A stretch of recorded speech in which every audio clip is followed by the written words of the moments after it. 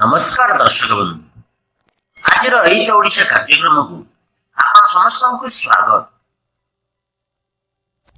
आम पूर्व आलोचना करथिले दुईटी एपिसोड रे आम ओडिशार इतिहास विषय रे आम ओडिशार इतिहास जानिया को हेले आमे जो पांचटी दिग प्रति दृष्टि देबाक हबो जेपरि शिलालेख ताम्रपत्र अनुदान प्राचीन मुद्रा और ध्वंसावशेष लिखित तथ्य मादला पांजी। आज यही अध्याय आमे शिलालेख विषय आलोचना करिबा किपरि शिलालेख आमको आमर मातृभूमि आम राज्य ओडिशार इतिहास जानिबा पई आमको साहाय्य करिथाय। कलिंग युद्ध होउ कलिंग